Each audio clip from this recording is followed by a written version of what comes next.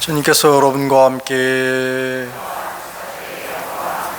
르카가 전한 거룩한 복음입니다. 모세의 율법에 따라 정결례를 거행할 날이 되자 예수님의 부모는 아기를 예루살렘으로 데리고 올라가 주님께 바쳤다. 주님의 율법에 태를 열고 나온 사내 아이는 모두 주님께 봉헌해야 한다고 기록된 대로 한 것이다. 그들은 또한 주님의 율법에서 산비둘기 한 쌍이나 어린 집비둘기 2마리를 바치라고 명령한 대로 제물을 바쳤다. 그런데 예루살렘에 시므온이라는 사람이 있었다. 이 사람은 의롭고 독실하며 이스라엘이 위로받을 때를 기다리는 이였는데 성령께서 그 위에 머물러 계셨다. 성령께서는 그에게 주님의 그리스도를 뵙기 전에는 죽지 않으리라고 알려주셨다. 그가 성령에 이끌려 성전으로 들어갔다. 그리고 아기에 관한 율법의 관례를 준수하려고 부모가 아기 예수님을 데리고 들어오자 그는 아기를 2 팔에 받아 안고 이렇게 하느님을 찬미하였다. 주님, 이제야 말씀하신 대로 당신 종을 평화로이 떠나게 해주셨습니다. 제 눈이 당신의 구원을 본 것입니다. 이는 당신께서 모든 민족들 앞에서 마련하신 것으로 다른 민족들에게는 계시의 빛이며 당신 백성 이스라엘에는 영광입니다. 아기의 아버지와 어머니는 아기를 두고 하는 이 말에 놀라워했다. 시므온은 그들을 축복하고 나서 아기 어머니 마리아에게 말하였다. 보십시오, 이 아기는 이스라엘에서 많은 사람을 쓰러지게도 하고 일어나기도 하며 또 반대를 받는 표징이 되도록 정해졌습니다. 그리하여 당신의 영혼이 칼에 꿰찔리는 가운데 많은 사람의 마음속 생각이 드러날 것입니다. 주님의 말씀입니다.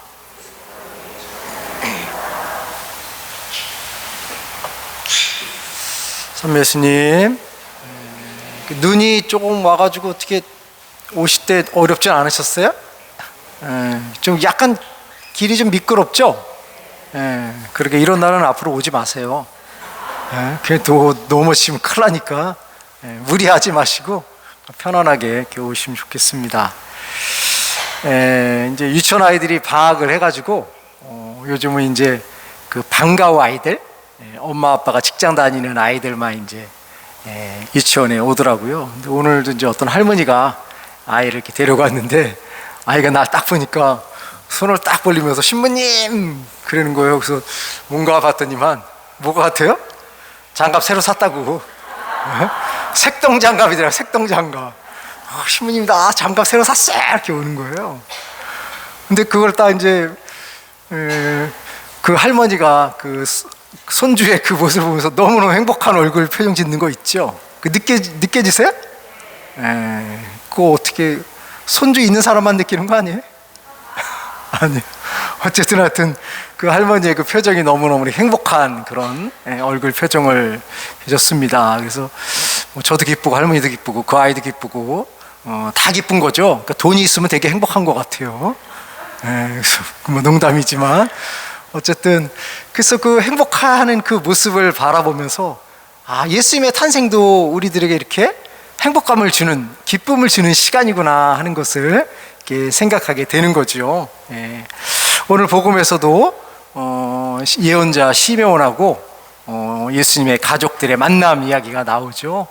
그래서 이제 그 시므온은 자신의 눈으로 구원자 메시아가 탄생되는 것을 볼 수 있다는 그런 기대감 속에 살다가 드디어 오늘 복음에서 이제 성전에서 예수님을 만나게 됩니다.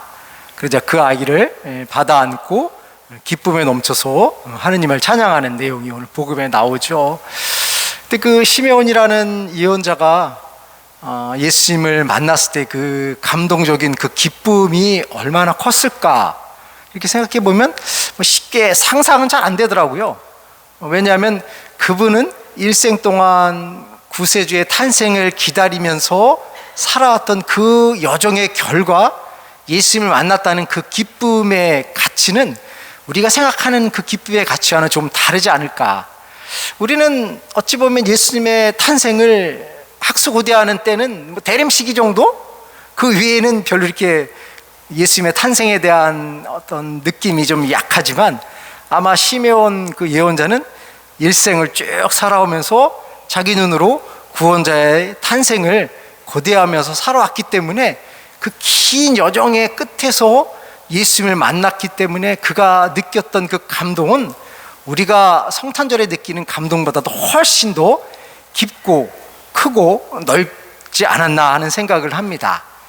그래서 그가 느꼈던 그런 감동의 눈물 또는 기쁨을 오늘날 우리들도 어떻게 느끼고 살아가야 될까 하는 것이 이게 중요한 우리의 삶의 모습이 아닌가 하는 생각을 합니다.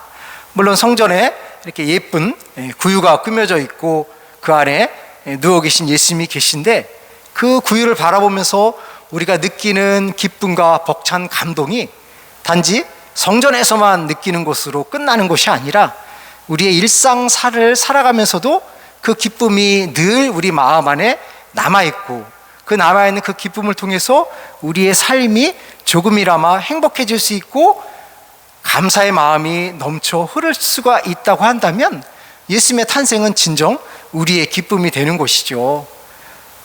외적으로 화려하게 장식된 추리나 구유를 보면서 아 기쁘다라는 차원으로 멎어 버리는 그 기쁨이 아니라 외적으로 느껴지는 기쁨이 아니라 이제 그 기쁨은 우리 내면에서 살아 움직이는 거죠. 그래서 누가 뭐라 그래도 기쁨을 느끼고 누가 싫은 소리를 해도 기쁨을 느끼고 누가 어떠한 말을 한다 하더라도 그것이 내가 느끼는 그 기쁨보다는 작다는 것을 체험할 때 예수님의 탄생은 우리들에게 진정한 기쁨이 되는 것이 아닌가 하는 생각을 합니다. 그래서 예수님이 이 세상에 오심으로 인해서 우리에게 기쁨을 주고 영원한 생명을 주신다는 것을 우리가 믿고 있기 때문에 예수님이 주시는 그 기쁨을 마음속에 잘 간직하면서 하루하루의 삶을 살아갈 때 우리의 신앙의 여정이 아름다운 것이 아닌가 하는 생각을 하게 되지요. 물론 우리는 인간이기 때문에 때로는 이웃과의 충돌 또는 경제적인 어려움, 정신적인 고통으로 인해서 우리들의 기쁨이 줄어들거나 반감되는 경우도 있지만 그럼에도 불구하고 이 성탄 시기를 통해서 예수님이 정말 나를 위해서 탄생하셨구나 라는 것에 대한 자각을 통해서 기쁨을 더 확대시킬 때 성탄의 의미가 내 온 전신을 꿰뚫고 우리를 행복한 사람으로 만들어 나갈 수 있으리라고 생각이 듭니다. 그래서 오늘 우리가 느끼는 이 기쁨이 우리가 느끼는 어려움보다도 더 크고 깊다는 것을 생각하면서 주님의 탄생의 기쁨을 오늘 하루의 삶에서 보낼 수 있으면 좋겠습니다. 잠시 눈을 감고 우리가 어떻게 예수님이 주시는 이 탄생의 기쁨을 느끼며 살아갈 수 있을까 생각해 보겠습니다.